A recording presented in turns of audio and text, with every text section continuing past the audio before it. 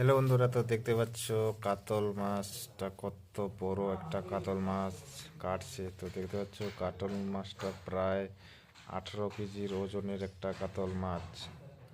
তো দেখতে পাচ্ছ কাতল মাছটা কিভাবে কাটছে। তো দেখতে পাচ্ছ কাটছে দু হাত ধরে, কাটতে পারছে না তো তাও।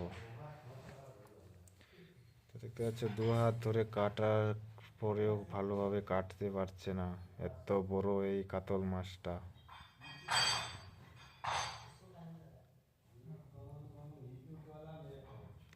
তো দেখতে পাচ্ছ কাতল মাছটা দেখছে এদিক ওদিক, কেউ লোকজন আছে নাকি ধরার জন্য, তো কেউ নাই। কিছু বলছে দিদি একটু আয়, তো আসছে না, ভাবছে কাটি আর চাইকাই। তো দেখতে পাচ্ছ ফাইনালি কেটে দিল। দেখতে পাচ্ছ কাটা হয়ে গেল।